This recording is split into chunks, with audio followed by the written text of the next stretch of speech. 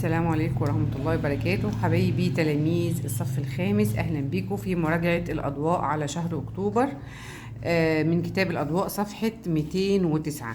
معايا كام سؤال؟ عندي 26 سؤال اختياري و19 سؤال أكمل، وعندي 9 مسائل في المراجعة، كلهم من أهم الأسئلة اللي ممكن تيجي في الامتحانات يا حبيبي. هنحلهم مع بعض إن شاء الله في كتاب الأضواء صفحة 209، وبعدها إن شاء الله هنكمل ونحل كمان الاختبارات. طيب نبدأ كده بسم الله مع بعض. بيقول لي ايه قيمة الرقم 9 في العدد العشري؟ طالما بيقول لي قيمة يا شباب بيبقى سهل قوي، حتى لو أنا مش عارف بس المفروض أكون عارفة. يعني أنا بحط التسعة أهي، والارقام اللي بعد التسعة دي كلها تتحط صفر كلها. ايوه يا ميس، انا عندي الواحد اتنين، واحد اتنين، وبعدين العلامة العشرية، وكمان الاتنين دي تتحط صفر. يبقى قيمة الرقم 9 هنا في اسمها 9 أجزاء من 1000، اللي هي الإجابة رقم 3. الصيغة الممتدة 60 زائد 3 زائد 5 من 10 زائد 4 من 100 تمثل العدد، يعني هنجمعه. 60 زائد 3 دي 63، ونحط العلامة العشرية وبعدين الجزء من 10 بعد العلامة اللي هو الخمسة، وبعدين الأربعة اللي هو الجزء من 100. 63 و 54 من 100 الإجابة الأولى. طيب 34 و5 من 10 أصغر من، لازم نشوف الاختيارات. أصغر من كام بقى؟ 34 و50 من 100؟ لا لا، ده بيساويها. طيب 34 و9 من 10، أيوة 34 و9 من 10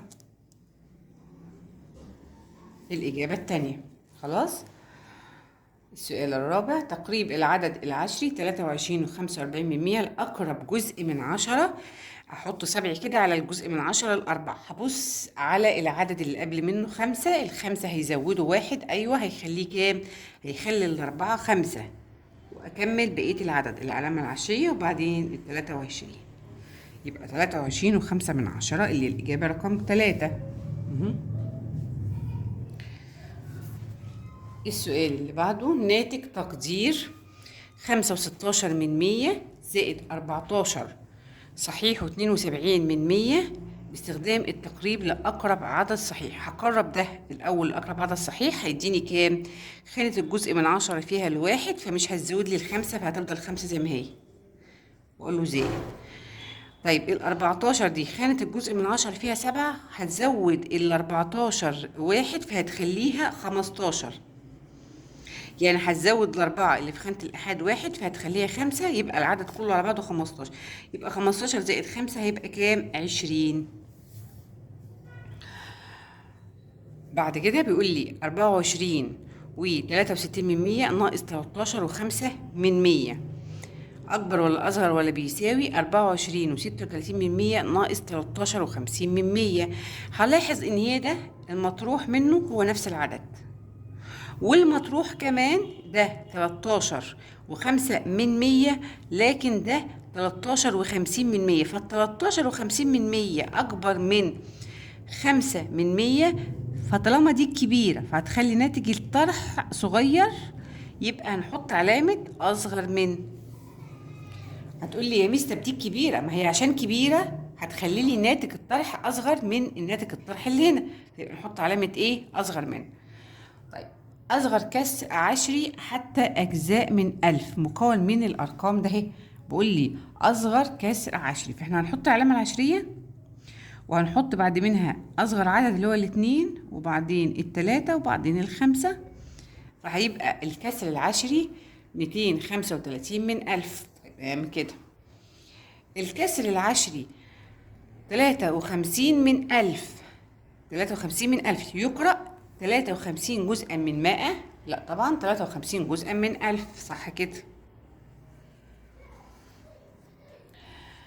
العدد الذي له قيمة مميزة للكسر 9 من 10 هو الواحد. 9 من 10 دي قريبة جدا من الواحد. الجملة الرياضية x ناقص 5 بيساوي 8 و6 من 10. طالما عندي مجهول، أو حتى لو ما عنديش مجهول، طالما عندي علامة يساوي فدي اسمها معادلة، فدي تمثل إيه يا ولاد؟ معادلة. طالما في عندي طرفين، واحد يمين أهو وواحد شمال، فدي اسمها معادلة. قيمة المتغير ام اهو، خدتوا بالكم انا بقول ايه في المعادلة؟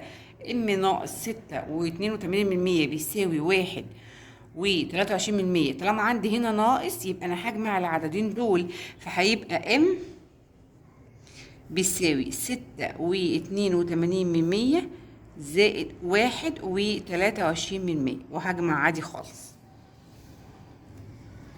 3 زائد 2 5، 2 زائد 8 10، صفر بطلع بالواحد وقابلتني العلامة بحطها منساش، 1 1 2 2 و6 8، يبقى الناتج 8.5%. اهو موجود اهو. طيب سؤال رقم 12، العدد متعدد العوامل في الأعداد التالية هو. خد بالك كلمة متعدد العوامل ده هو يعني عددا، يقصد بيه بقى ليس أولي، عدد غير أولي، عدد غير أولي. عايزين ندور على العدد الغير أولي.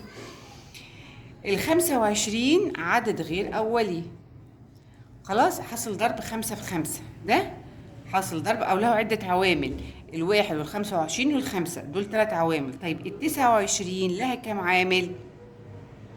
ال29 دي يا مس ملهاش عوامل خلاص. ده هو هنا بيسألني على العدد متعدد العوامل اللي هو عدد ليس أولي، يبقى هو ال25 على طول يا ولاد. ليه يا مس؟ لأن ال29 عدد أولي، وال37 عدد أولي، وال23 عدد أولي، يبقى هو صح ال25. طيب السؤال 13، العامل المشترك الأكبر للعددين 20 و30 هيبقى ال10. لو جينا نحلل ال20 هلاقيها 2 في 10، ولو جينا نحلل ال30 هلاقيها 3 في 10، فهنا عين ميم ألف هتبقى المشترك اللي هو ال10. ميم ألف للعددين 8 و12 هيبقى ال8. هنحلل 8 اهي، هتبقى 2 في 2 في 2 في 2. انا بحلل عواملها الاوليه اللي هي 4 لا 3 اتنينات بس، اسفه، لان 4 في 2 ب8، وال12 اللي هي 4 في 3، يبقى 2 في 2 في 3.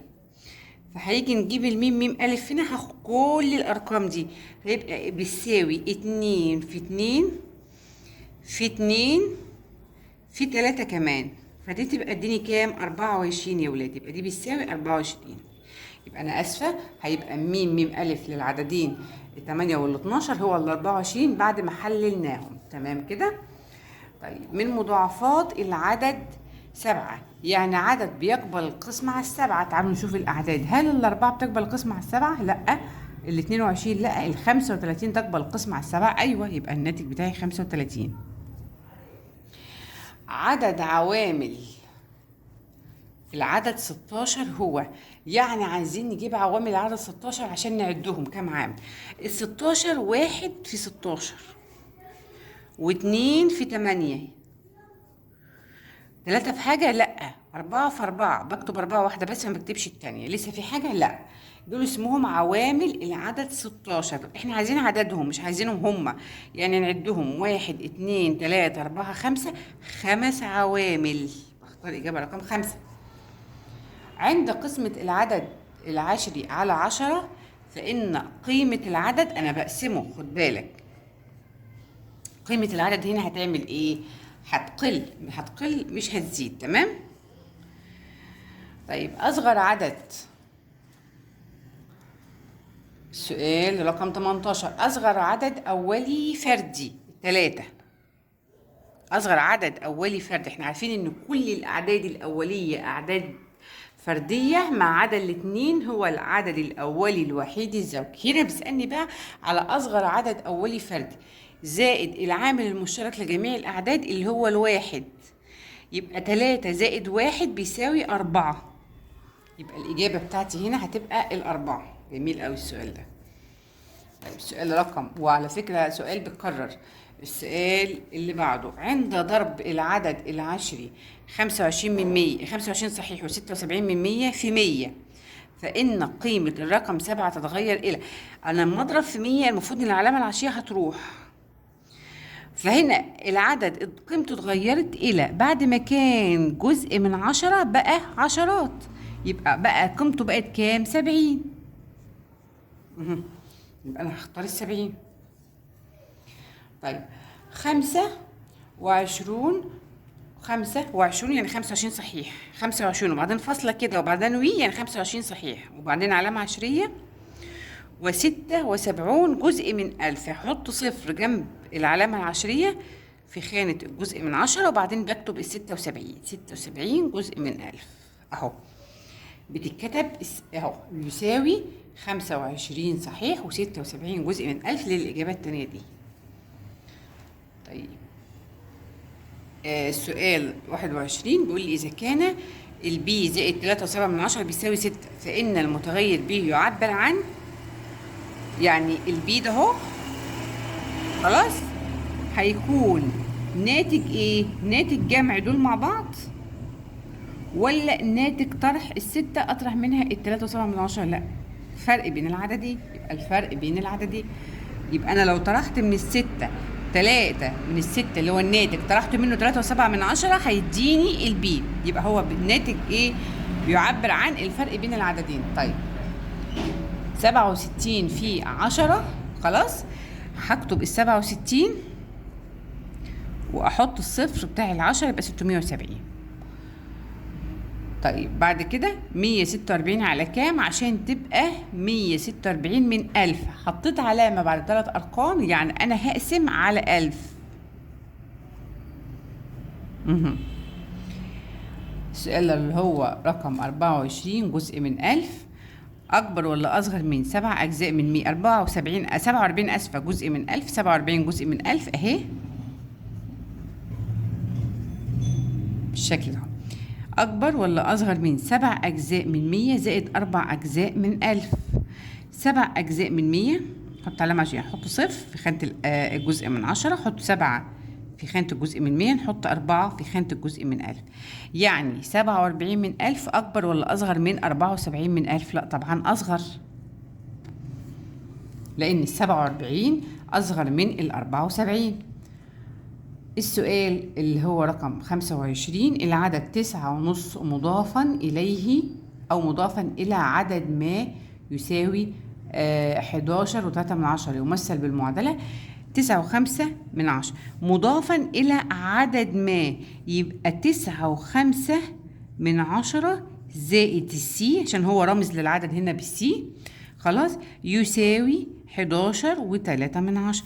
المعادلة بتاعتي هتكون المعادلة التانية اهي.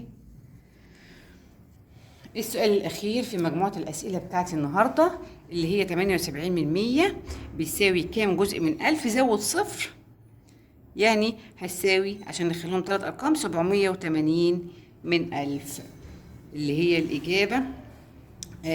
هنشيل بقى العلامة العشرية دي عشان هو حاطط لي أصلا أهو، معلش هنشيل العلامة العشرية عشان هو حاطط جزء من 1000، هيبقى 780 من 1000، يبقى الإجابة بتاعتي 780 من 1000.